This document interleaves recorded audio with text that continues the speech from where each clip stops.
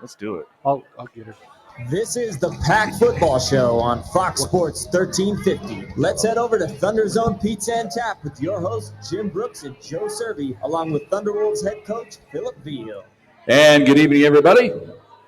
Welcome to the Pack Football Show, wrap-up edition for the 2025 season. Jim and Joe, along with head coach Philip Vigil. Ben Greenberg manning some controls over here, looking important like he always is, right? Always. Pretty important guy over there. He's got a lot of information out here in front of us. But we're here to recap what was another, great season for Thunderwolves football, winning another conference title, 25 in a row now. So it's I wish I could read that, Joe, but I cannot read that. You got to print legibly. That's legible. Yeah, you think so? You print like my nephews do. It's like I don't think so. Darren Smith from the Parkview crew is in the house. Good to see you. Well, Phil, we kind of talked before the show. We go, we don't want to spend too much time on the game, do we? I said, yeah, maybe about 2 minutes. I was thinking like 30. Yeah, so 30 minutes or 30 seconds? 30 seconds. 30 seconds on the game. Hey, it was still a playoff game at home, out celebrating a long season of really good, hard football. And it didn't go – we never – if we're sitting here talking, it didn't end the way we wanted it to end. Yeah. But it was just a tough way to end the season. Yeah. Oops, you put on the wrong headset. That's right. But I'll turn this one down. There we go. You got me? There we go. Yeah, it just it wasn't our day on Saturday, and I don't know why. We had a really good week of practice. No one was sluggish. Like everyone was excited about the next step. We're excited about potentially spending Thanksgiving together, right? As a group, and it ball didn't bounce our way. They made some plays early that we didn't make, we had talked earlier about you're not going to be able to do that what we've done the 3 weeks prior and always get away with it. And on Saturday we ran out of time and possession and didn't have an opportunity to come back in that game. And it's unfortunate because I think. Obviously those 23 seniors are really, really special group. And we had a lot of fun together. They did a lot of really good things for this program. And we're not where we're at as a program without them and their buy-in and their belief in who we are and what we want to be. And so that was the most disappointing thing is we didn't get to continue it. We didn't get to continue to stay together. And the finality of the last game is always – it's just hard. It's just really hard, Yep. And I don't know if the three previous weeks finally paid a toll on us mentally, physically. But we didn't look like the team we'd been all year long. Yeah, I think it's safe to say that, Phil. I have no problem coming out and saying, well, excuse me. I go, no, you see it at all levels of sports. When it's hard to keep going week after week. And when you empty the tank, it's hard to fill it back up sometimes. And I think we even talked about in the pregame show, it's almost like a relief. And I don't know if the team had that mentality, hey, we won 3 in a row. It's a relief. Now we're in the playoffs. Now we can relax. Maybe they did relax a little bit mentally. Yeah, I don't know. I don't know. Because you said the practice was great, but I always thought sometimes when you have a great practice, it doesn't lead to great things. No, that's not true. Great practices usually lead to great things. That's where you. I'm talking personally in my golf game. It's like, man, I'm worried about hitting everything awesome. Oh no, this is going to all go bad. Maybe that's my bad reverse psychology. Well, no, a bad range session turns out to be. Yeah, sometimes you have a great game. Yeah, exactly. My personal observation from Saturday was that you simply ran out of gas, and it was because of how the 3 weeks it took to get there, maybe even 4. To get where we were, juiced up. Nobody didn't play with effort. The effort was there. It just the quick score, the getting down, the missed field goal, and all of a sudden it's just like, what do we got left in the tank to get back in this? And it just seemed like an uphill fight from that point on. And a lot of the plays that we normally make, we didn't make on Saturday. No, they were making every single contested catch, and we were making very few contested catches. And. That's not indicative of who we are, And I just it was disappointing again to end it the way that it did. Credit to UTPB. I thought they did a really good job, and they're athletic at every position. I mean, those guys could flat run, like we talked about. Side to side, their definitely. Ability, they could run. They could run, and the quarterback had, in my opinion, probably the best game of his year. Sure, on and Saturday. what a time to have it. Yep. Okay, give him credit, tip your cap to him for doing that because he did. Bless you. Excuse tight. A Bless you. double. They come in pairs. Go for three. They travel in pairs. Okay. No, it's All always right. two. All right. It's always two. But, some guys will rise up and have that game of their life, and I think he did. He did. And you know what? Good for him. It sucks for us, but it's nice to see a guy get that to play to that level that he was capable of. And like you said, the 50-50 balls. Yeah, my gosh. He did a great job on. And their receivers had Velcro. It's like they did not miss a catch. Yeah.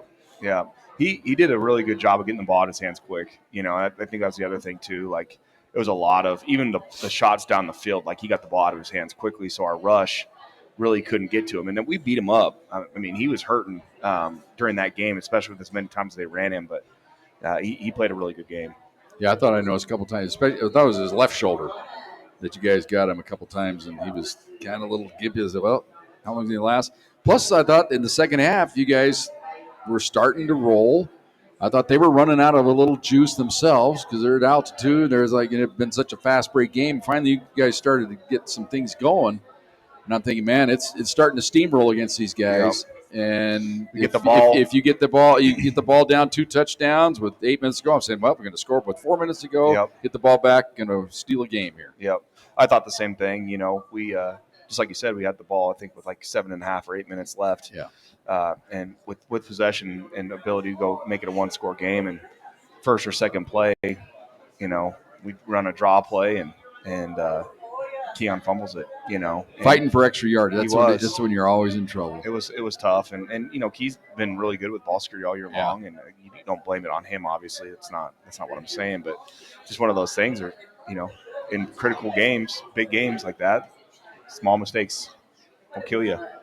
We're just seeing that at all levels. I mean, defensive players are getting better and better at punching the ball out. I mean, it's becoming what an they art do. form. Yeah, it seems like every tackle leads with a right cross. Wow. Yeah, I'm off. Sometimes I see. I wonder, man, is that legal to throw a punch? But as long as you make contact with the ball, right? I guess that's the whole key to the whole deal. And I also feel the injury factor. You start to lose depth. You don't have samples in the game to tie up the middle. I mean, let's face it, he's a difference maker. Yeah. He can handle 2 guys, and that frees up everybody else.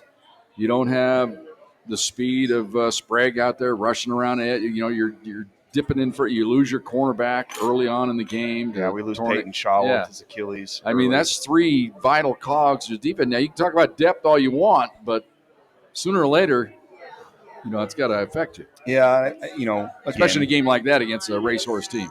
You're at the end of the year, and everybody's going to be beat up. It's part of it. And that's where depth comes into play. And again, it's tough when your best players are not able to play.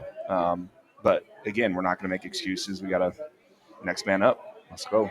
Yeah, and I've seen it happen so many times in big games on a professional level, say a Super Bowl, when teams are evenly matched going into the game, and all of a sudden it goes against you, and all of a sudden it just goes away. It's all of a sudden you're down 30-3. You're wondering, man, what are we going to do? We thought coming out in the second half when it was 23-3, get the ball, maybe go down to even at the end of the first half, that drive kind of fizzled on you too. Yeah. If you all those things are coming back. This is what happened the previous 3 weeks. We're saying, we got it right where they want Right them. where we want them. Yeah. And it's like you said, sooner or later the luck's going to run out. That's what happened on Saturday.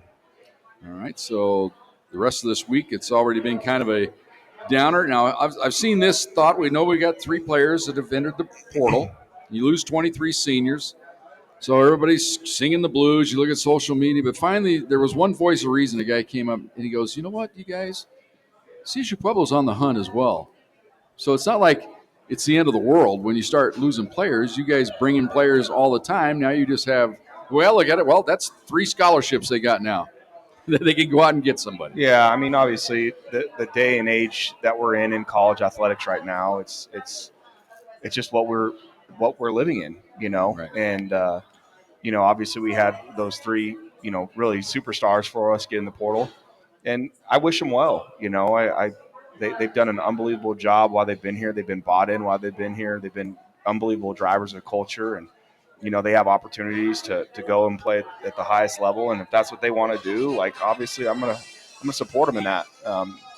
Because really, you have two choices. You can fight it and you can get mad and upset and ruin a relationship, or you can help them, and that's what we're gonna do. If that's what they want to do, like we want people that want to be here. If you don't want to be here, that's okay. And they've done a great job for 3 years, and they have some opportunities, and that's fine. And so, but again, just like you said, for us as the staff, we've done a really good job of every single year of recruiting and using the portal to our advantage more than disadvantage. And so we're going to continue to do that again. We lost 21 seniors last year, Right. and we signed 20 at mid-year. And so, we're gonna go find the right guys, and that's the name of the game in football and in any sports. It's about people, and you get the right people, you're gonna have an opportunity. And so we're gonna go find them. As a coach, though, as a fan, I get sad because these are three quality individuals. Yep. We love having these guys on. They're fun to be around. They're great football players. They're, by all accounts, upstanding young men, and you get attached to them. Yeah. Fans get attached to them. Right? It's that, and then they're gone, and you're like, okay, it's almost like a death in the family. And as a coach, it has to make your job almost next level impossible. Well, the days of building for the future or building true programs is over with. Like that's not the reality of what we live in anymore. There's 7,000 kids in the portal right now, and the Division I portal hasn't even opened up. Right. The Division I portal opens on January 2nd, and so there's going to be another flood of probably 5,000, maybe even more kids that are going to jump in the portal on January 2nd. And so you're, as a coach, what you're trying to do is you're trying to find a way to build a team for 1 year. How can we make this team the best team that we possibly can for next year? Because the reality is you don't know who's going to be on your team the following year. And we've been fortunate to be able to keep most of our kids. And in reality, if we lose those three and that's it, then we did a really good job, But do you go that from most coaches I've ever dealt with have considered themselves teachers, but now is the teaching part of being a coach secondary now to just coaching them up? I mean, No. I see there's two different. No, I think it's almost reversed. Okay. Because to me it's like, I think one of the best things that we do as a staff is this was probably the closest team I've ever been a part of. Like these guys loved each other a lot. They were a lot of fun to spend. I mean, they were so much fun to be around, and we spent so much time together. And so really it's actually less about ball and more about building connection, more about building team, because when you're, we added 20 plus guys, 22 or whatever it was, transfers last year, and then 40 freshmen. And so you're talking about, half your team is brand new. And Right. How do you build connection? How do you build a team that they didn't have 3 or 4 years together before that? And so that's something that I think we do really well. And I think it's something that I think is lost, which is why, again, I think, we may lose 3 guys, maybe we may lose 5 guys, whatever it is, but there's some teams that are losing 20, Right. 30, and again, I think that's a reflection of our culture, and I think it's a reflection of these guys loving this place. And not to say that those other guys didn't. It's just hard, like a lot of these guys that we coach come from single parent homes and have very little at home. And they've got people in their DMs saying, hey, get in the portal. We're going to give you a full scholarship and $100,000 NIL. How do you say no? You can't. That's why, that's why I told. I mean, honestly, like when I'm not going to stop that. No, you can't. Because the NFL is not guaranteed. Like that's not a guarantee to anybody. You play at Alabama, it's not guaranteed. You know what I mean? It doesn't matter.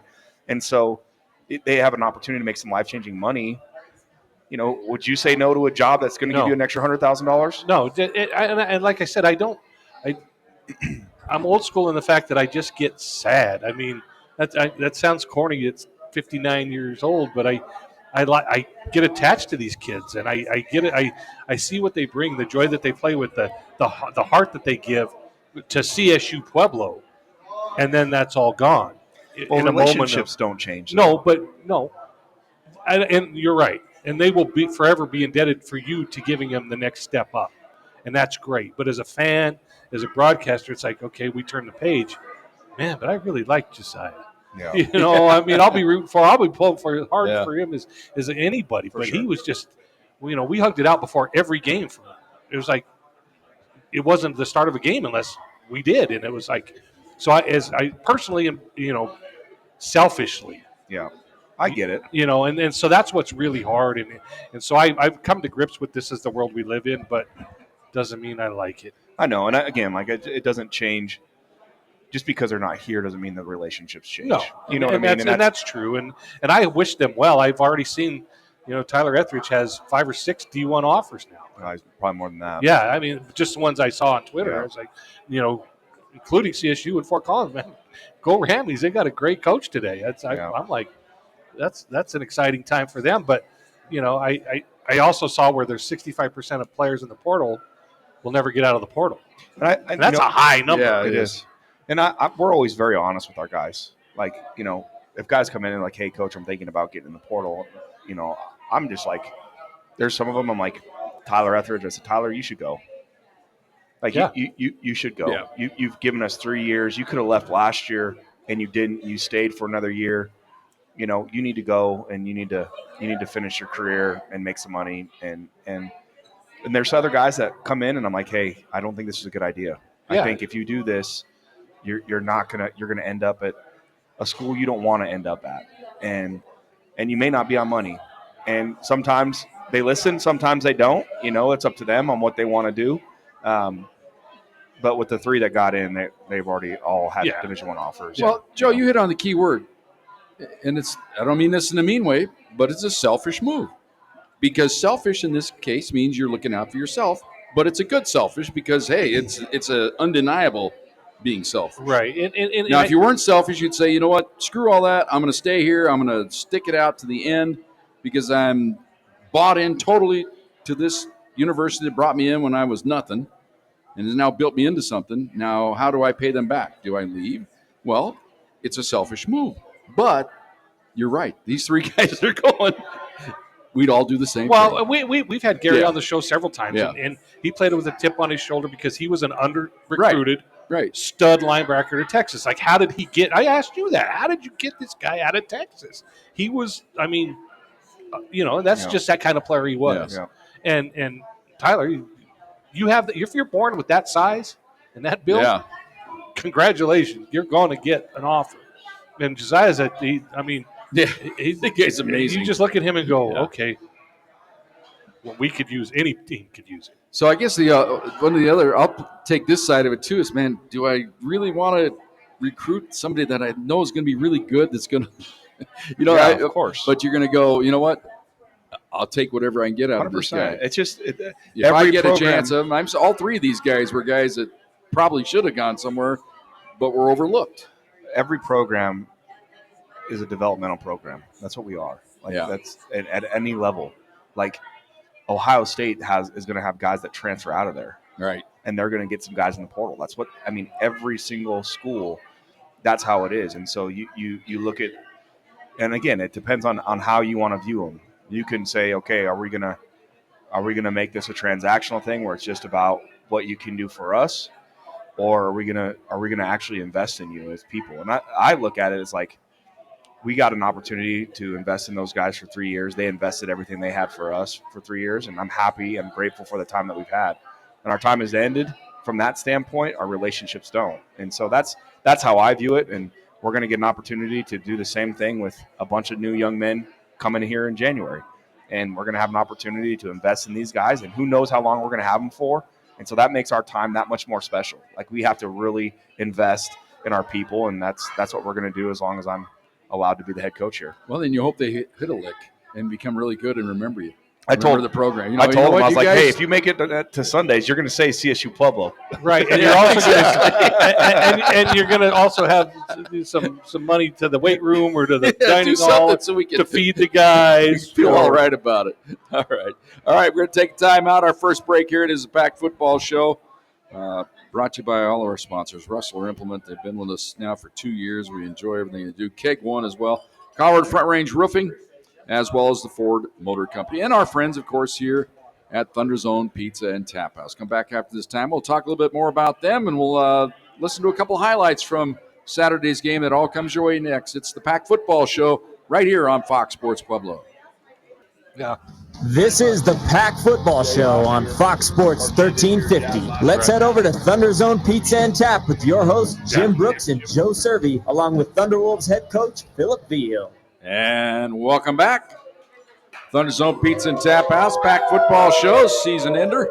Hey, how about our crowd that comes every week is here even for the They're the best. They are. This is almost like a wake, so let's give it up to the crowd for the Thunderwolf football wake tonight. Yeah, but they're going to just stay invested. We're trying to finalize maybe a basketball show to continue this on. It won't be on the radio, but it'll be a Facebook Live extravaganza. Ben's working on the final details of that. Okay. And I'm all for it because I know why you like are. The money. You're a money whore. I want the money. Well, if you saw some of the bills I just saw come in. Oh, dude, it's preaching to the choir, exactly. man. Well, you got a card deal. Yeah, I know that. It broke down on the way home from a Thunderbolts game. My goodness. Phil, what are you doing for the holiday? Dude, it's. I sold it from the deal where I had it towed. It's a paperweight. Did you get a new one yet? Yeah. But that one I had to put to bed. Coming home from Western, dies on Monarch Pass. Get it towed. Get it right home with Rock and the Rickmans and me and Jimmy me and Risto and then the mechanic calls me and says, "Well, bad news." Oh boy. and so we tried everything we could. Joe. Yeah, we flatlined, but I did sell it for $1,000 and a free tow. Good for you. That's unbelievable. I can't believe you got that money. I know. Jim's like, "You're going to owe money by the time you're done." Phil, you want to hear some highlights from the game? Sure. All right, here's some highlights. It was we get into the second half, and things were looking bleak. It's 30-3. At this point in the game, you could have easily just said, to hell with it. The players could have been saying that too, but you said, you know what? And I even mentioned on the air, I go, you know what? We've had this period here, we've had the biggest deficit overcome was 21 at Western Colorado. Eclipsed that. 22 against Mines. Came back from that. I'm saying, what's 27? Let's just set another record. And this was step one in getting back in the game. Keon tries to bounce it inside. Cuts to the goal line. Touchdown, Thunderwolves. Nice run there by Martinez. Made a nice little adjustment right at the line of scrimmage. Knifed inside. And he does his best work inside, doesn't he? He's a good, hard inside runner. Knows how to make the cuts. And I love Keon because of one, how he came back from injury. Yep. Yeah. And two, what he's given to CSU Pueblo. He's battled, man. He has. And I loved him down the stretch this season because I thought his veteran leadership or his maturity was a very big factor in the running back group. He battled all year long because even first play of the year. Hurt again. Yep. Broken ribs. Yeah, exactly. That's how hard. He just keeps battling, keeps pursuing it, and proud of him. All right, so it's 30-10 now, and you needed the defense come up to stop. Got to stop, so the offense back to work. Back right, deep corner shot to Retzlaff. He makes the grab. It is a touchdown, Thunderwolves. Who else? Reggie finally gets a touchdown in a playoff game. Reggie Retzlaff doing his thing. And he was doing his thing, and now you're within a couple touchdowns. 30-17. Probably feel like we have the whole fourth quarter ahead of us. Mm-hmm. To make something happen right here. Yeah, we didn't. All right, so you get the ball back. All right, that's Phil Vigil, ladies and gentlemen, the deadpan head coach. I'm still trying to manufacture a win here. No, we didn't. We're good. That's right, so I didn't get out of bed on Sunday. I'm not going to lie. I literally stayed in bed the entire You know what? I saw you at a luncheon Monday, and you were fantastic. And I did not want to be there. I know you didn't, but if anybody could put on a game face to go talk to a bunch of high school players, for, the Chassa luncheon was here, and Phil was a speaker, and he did not want to be there, but he was great. And at one point when I was speaking, I was like, I need to pick this up. I feel like I'm a downer right now. I think that was just your mental state at the time. It was. It's part of being a professional, right? I was deep depression at that point. But how and I go back to, I look in that room, and those are the CSU players, CSU Pueblo players I remember. Sterling guys, Fort Morgan guys, Burlington, Lyman. God, I mean, those are the guys that you tough kids. Yeah. All right, so now it's 37-17 after they get the touchdowns. Even on that drive, maybe you could hold them to a field goal, maybe 33-17, 2 touchdowns, 2-point conversions. But once they scored that one, it's like, well, let's just go ahead and take one downfield, see what happens. Here we go. As Honeycutt had it, Aikens showing it to the referee, and then the quarterback kind of poked it out of his hand after the play was over. Yeah, he had it and then was on the ground, and then the ball came out. Watch right here. He goes up 50-50. Look at the pause on this. So that was the tail end of the play there, but the touchdown late DTA, and that was just a great play. And, I thought the crew was pretty good, Phil.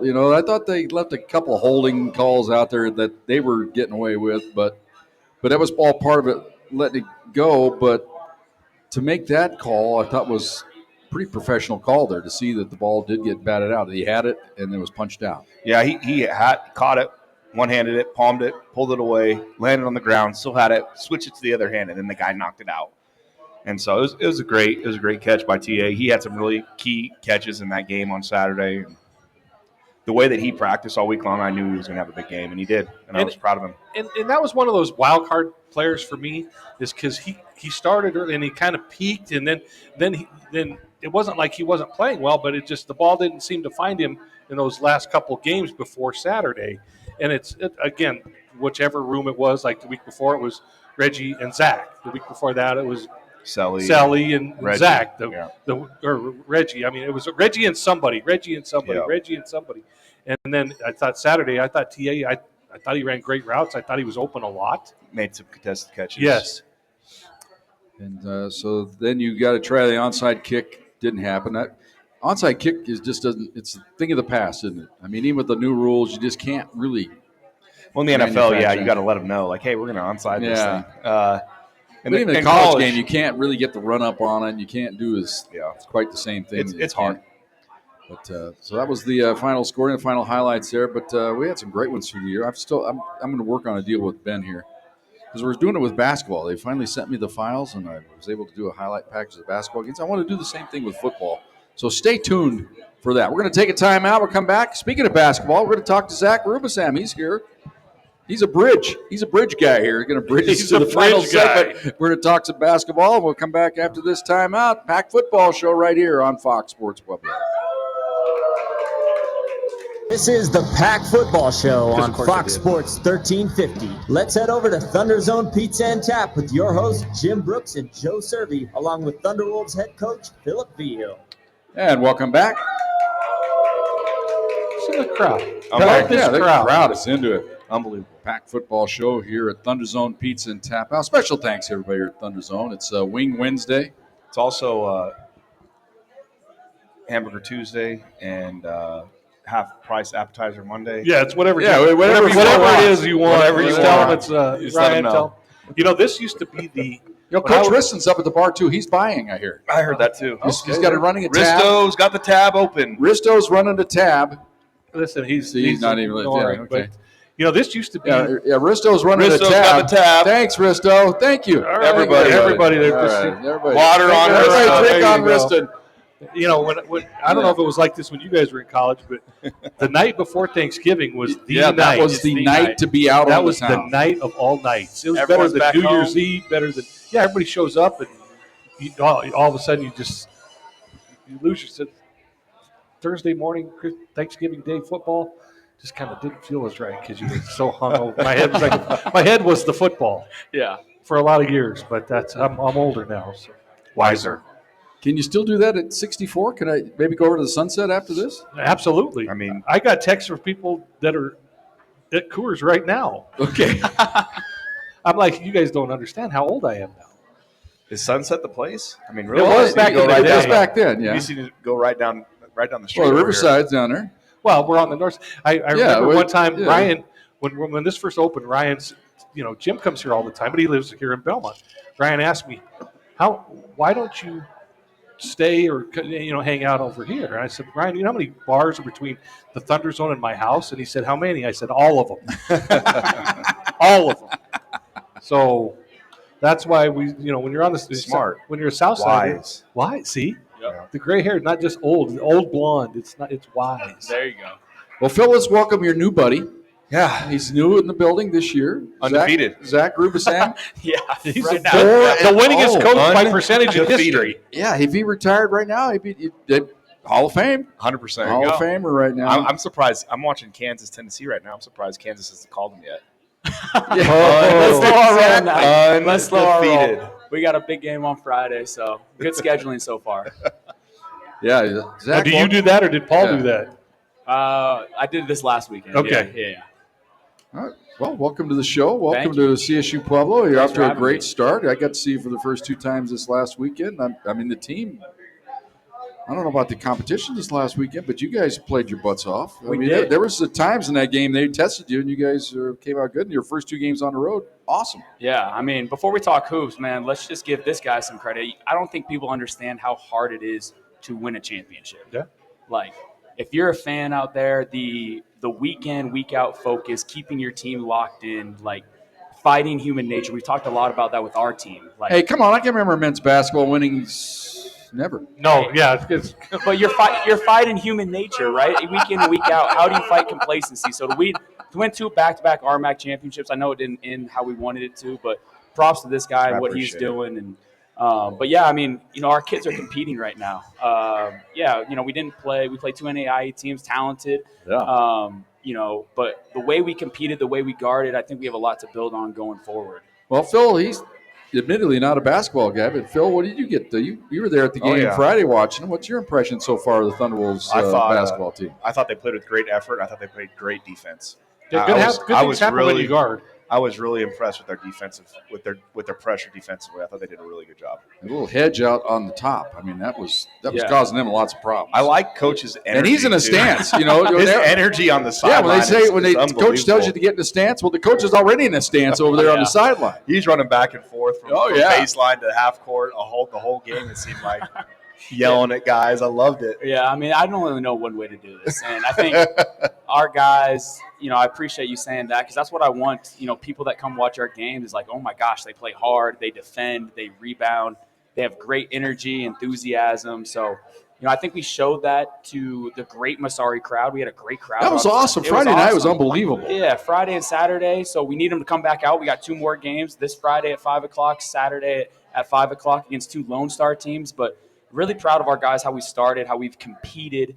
That's one of our core values is competing and, not just working hard and be satisfied with that, but they've played hard so far. Now you come from the dark side at the University of Colorado, but I'll preface this by saying I hate CU, but I'm a big Tad Boyle guy. Yeah. I was a big Tad Boyle guy before he got to CU, and obviously he's been a huge influence on how you do things and what you do. But talk about your relationship with him and what he instilled in you to be this is your first head coaching job. Man, well, first, I'm not here without Tad Boyle. Yeah. So, I made a decision when I was 17 years old that I was an okay high school player, could have gone and played, Division III NAIA, maybe some Division II, and I wanted to coach, though. So, I went to CU and worked for Coach Boyle as a student manager, and defense and rebounding has been ingrained in me since I was 18 years old, and he hasn't changed the model.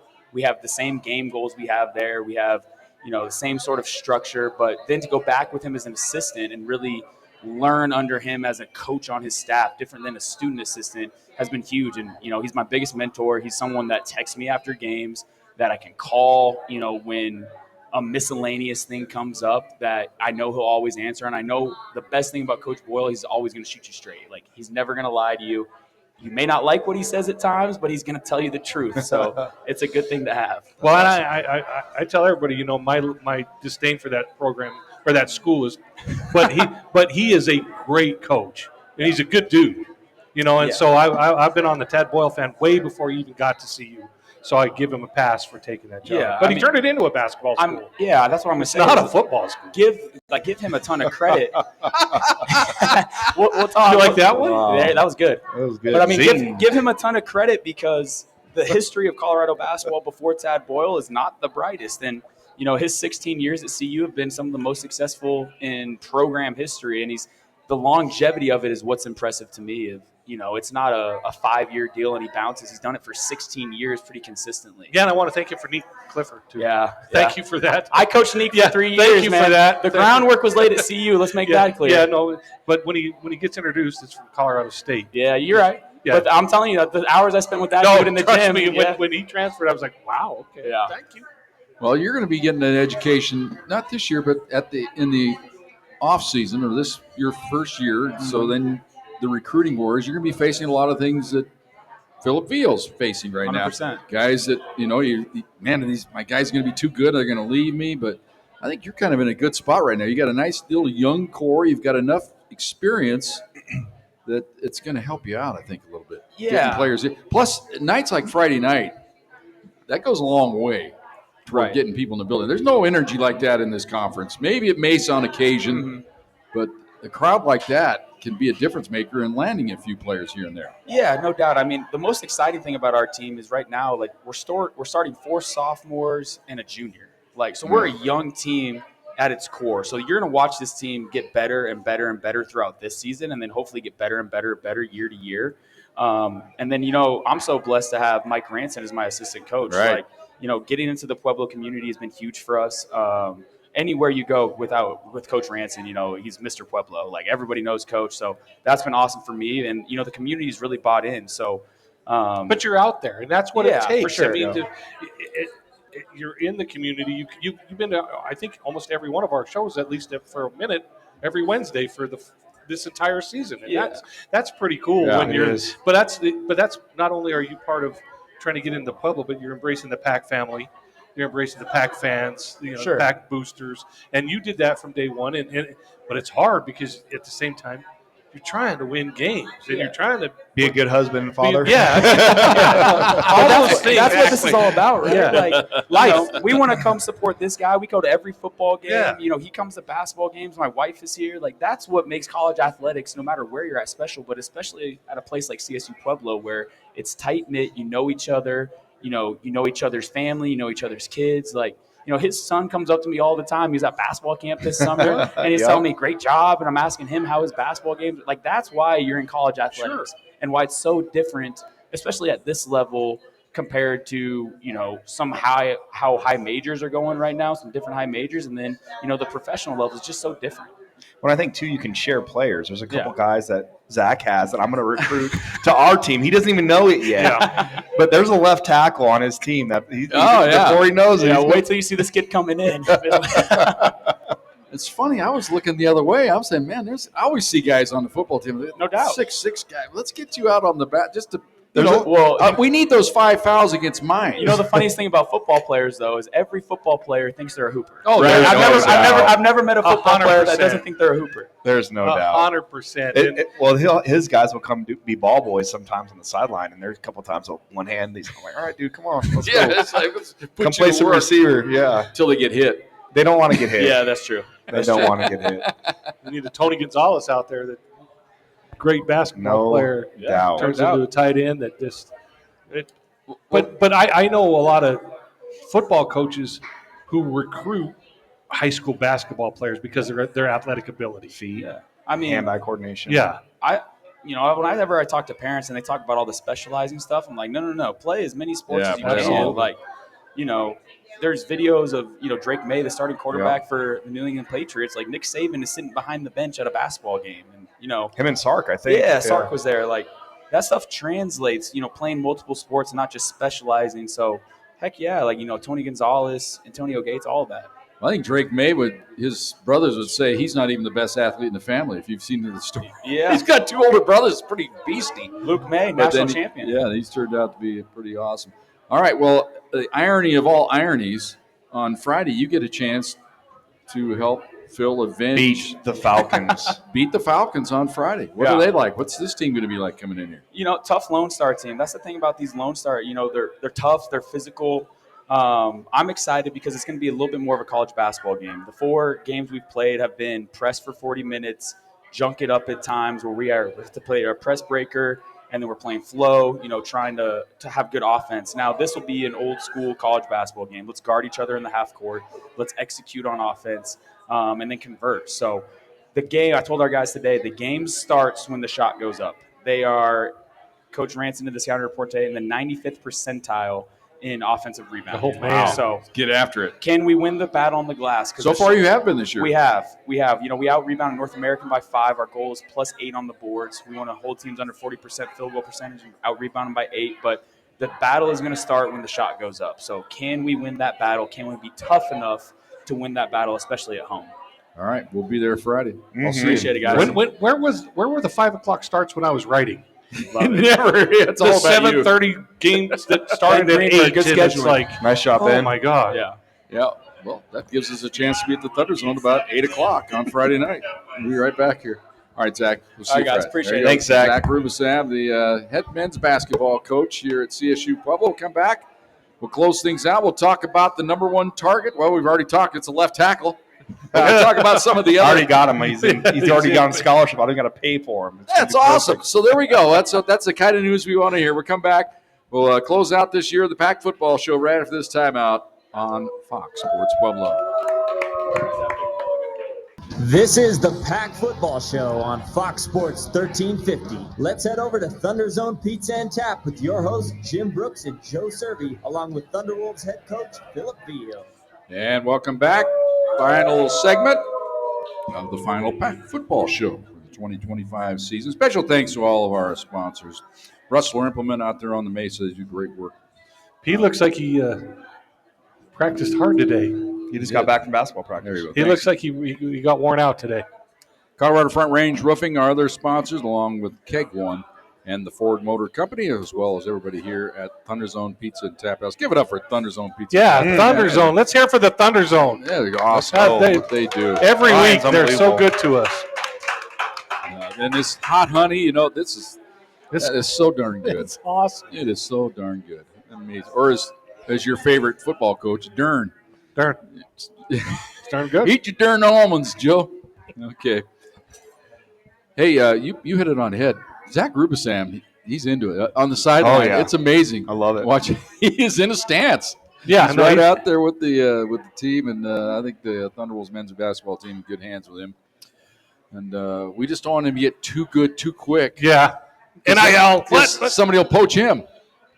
Well, I'd rather take it. If he brings us some wins, Michael Rance is waiting there in the wings. So we'll have a look at it. But all right, Phil, look at the off-season recruiting. I mean, that's what you got to. I mean, it's cruel business. You're preparing for games. Season's over. People are leaving. Now you got to really. That's when the hard work goes in.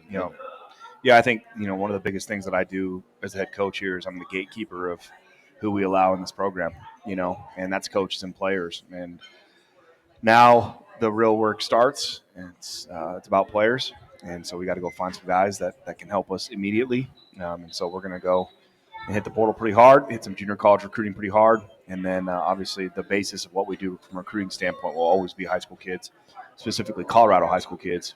We got more Colorado high school kids on our team than any team in the state, and so we're gonna hit Colorado hard, and we're gonna go find the next great Thunderwolves. Well, you just broached it real quickly in that sentence, and we really haven't talked about it. But I know that you're one of those people who will do anything you can to help any of your coaches go to the next level or the level that they want to get at. But you also have to have in the back of your mind a dynamic coaching staff that's going to get poached as well. I mean, it's part of it. Yeah. When you hire good people, people want them. And last year we had, 3 guys go Division I and 2 guys go to the NFL. Yeah. That's all. But Yeah. that shows the kind of coaches, not only kind of people, but the ability of coaches that you brought in. Yeah, I mean, we've got some great staff, and I'm assuming that at some point some of them will go, and it's just, again, it's, you don't know how long you're going to get people with you, so you try to invest in them as much as you possibly can, and you don't want to look back and be like, man, I wish we would have done more. And so our staff and players and all of it. Well, we talked about players. Now, do you have like a? This always fascinates me. How many people are on your list, or is it constantly evolving? And there are constantly people leaving it, people coming in. I guess with the portal, like you said, January 2nd is when the other guys from D1 come down. But right now, what is your target list? Do you have even a narrowed down list, or is it just constantly in flux? It's too much to even try to put a number on. Well, initially you go through by position and you say, this is how many transfers we want in this position. This is how many high school kids we want in this position. And then if guys jump in the portal, then that adds more guys that you would get from the portal for that position, right? Like, you want to be able to be balanced in your team so that you're filling gaps. So you don't want, a ton of underclassmen. You don't want a ton of upperclassmen. You want to make sure that you're balanced in the guys that are playing. So that way you're not losing as many guys as we've lost this last year and the year before. You probably don't look at, well, unless they feel an immediate need, a 1-year guy. No, we've actually had a lot of success with 1-year guys. Yeah. We really have. I think that especially at the Division II level, the Division II transfers that we've gotten, a lot of them have been 1-year guys. And that's like the Devin Larsons, that's the Caleb Mannings, Sure. The Devin Crosses, Caleb Manning played Taylor outstanding Toscas. football. Yeah. Like those. That's And he was so grateful to be here. I mean, Yeah, he for went sure. from the worst offense in the country to the best offense in the country by getting in the portal. Yep. And Howard played for 2 years for us, but another D2 transfer. And so, I mean, like, I think we've had a little bit of a niche with D2 kids that have been productive elsewhere, but they maybe not be on great teams Mm-hmm. that want to win and want to win a championship. And so we've been able to attract those kids, and they've been really, really good players for us. Well, do you have a number right now that's already locked in that you can't announce? Or Yeah, we do. I mean, I couldn't tell you off the top of my head. I mean, we went through it last week and talked about how many transfers at each position we want, how many high school kids at each position we want, and so we have that all documented and where we at and how much money we have at each position and things of that nature. Well, how many openings do you think you have? You have like 50? No, I mean 40? Are you saying in total with high school? Yeah, probably. I think again for So that'd be about average, right? I mean last year we signed 20 transfers and 40 high school kids, right? And so we'll probably be right around there again, I would assume. And with guys leaving, those are guys that are on a lot of money. Right. There's open money now, and so we can go get some other kids that come in and compete. And that's one thing that we will always do is we will always recruit to compete. We want to bring in the best players we possibly can. It doesn't matter who's been there, who's, Roman started for us the last half of the year last year. We brought in Braden Dorman, who's a 4-star recruited quarterback. We don't care. We want to recruit the best players, and we want to let the dust settle where it does, and we'll go from there. So we're going to go find the right guys, and I know our staff is enjoying this week, planning out their trips for next week, and then we will all be on the road starting next week for the next 2 weeks. Well, do you even venture in your mind right now thinking, what do we have to change? What has to be different with our ball club next year? Different philosophies, different schemes?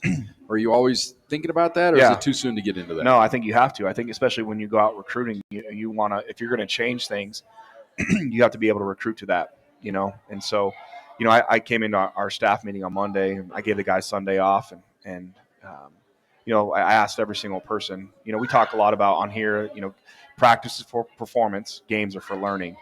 And I said, if games are for learning, so are seasons. And so I want you guys each to bring in 3 things that you learned from this year, whether it's as a position coach, as a coordinator, or, what's something that we can do better as a team.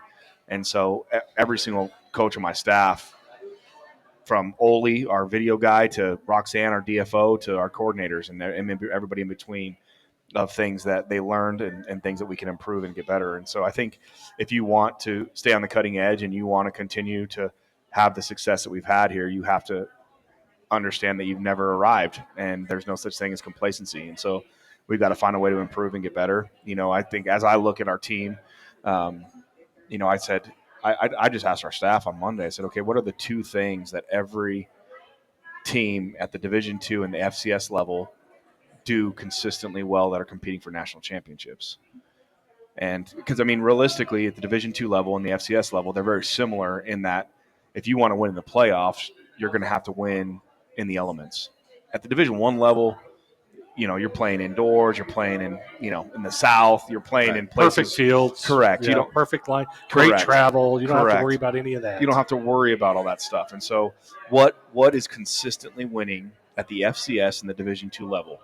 It's teams that are running the football efficiently and teams that are playing great defense.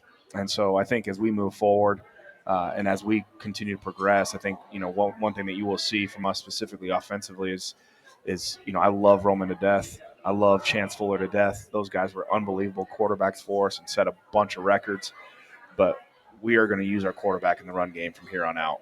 And we're going to make sure that defenses are playing 11 on 11. Hear that, Cam McGuire? Well, and again, yes, Cam, yes, Braden. Yeah, I we're mean, also going to go get some other guys. Yeah, look at who you have still here, and I love that fact that both. I mean, these are good core. I mean, they'd be starting anywhere else in the country in Division II right now. That's how good they are. Yeah, they're spectacular, and so we're gonna make an emphasis on that, and we're gonna recruit to that. We're gonna go find the right guys, and we're gonna be back. Joe, your final thoughts? Hey, it's been a pleasure. I had a conversation with Paul yesterday. Just it's a pleasure to still be in the game, even though I'm not a sports editor anymore. I did that for a lot of years, but still being a part of the Pack family and but I get attached. I mean, these guys, when I see them on Twitter that they're in the portal, it just breaks my heart because I love these kids. And I can't imagine as a coach, but like you said, the relationships carry on. But you'll have that. We as fans and broadcasters necessarily won't. Yeah. So, but it's just been a pleasure. The Cardiac Pack, man, it was a crazy season, but it was fun as hell. It was. I was proud of them. Yeah. All right, Phil, your final thoughts. Just, again, proud of this group, proud of the seniors and the buy-in, and to do some things here that haven't been done here since 2012 and 2013. Back-to-back undefeated conference champs, longest conference win streak in the country, longest road win streak in the country. Like, this team accomplished a lot. Really proud of these guys, the staff, and what they've been able to do. And now we've got to find a way to take the next step. That's exactly right. Philip, great relationship we have with you. Just thanks for everything. Appreciate you guys. It's always a highlight of my week to get to come here and joke around and talk to you guys. And for the third year. The first year, he's like, oh, God, I got to talk to these idiots for another hour. Oh, my God. Well, that's why I had to bring the players in. Yeah, no, it's the best move we ever met because it was great, and they brought so much to the show. All right. Happy Thanksgiving. Happy Thanksgiving. We have a lot to be grateful for, don't we? Yes, we do. We do indeed. All right, special thanks to everybody, all of our sponsors, especially here at ThunderZone Pizza and TapHouse for hosting the show each and every week. We enjoy what they do for us, and Ryan Howard and company and everybody else, all the wait staff and cooks, they do a great job for us. Ben Greenberg, Sports Information Director at CSU Pueblo, special thanks to him for all the hard work he does. Paul Plinsky, the Athletic Director, as well. We enjoyed having Zach Rubisam on here as well tonight. Our partners, Joe Cervi, for the head coach, Philip Veal. This is Jim Brooks. Talk to basketball. Good night, everybody.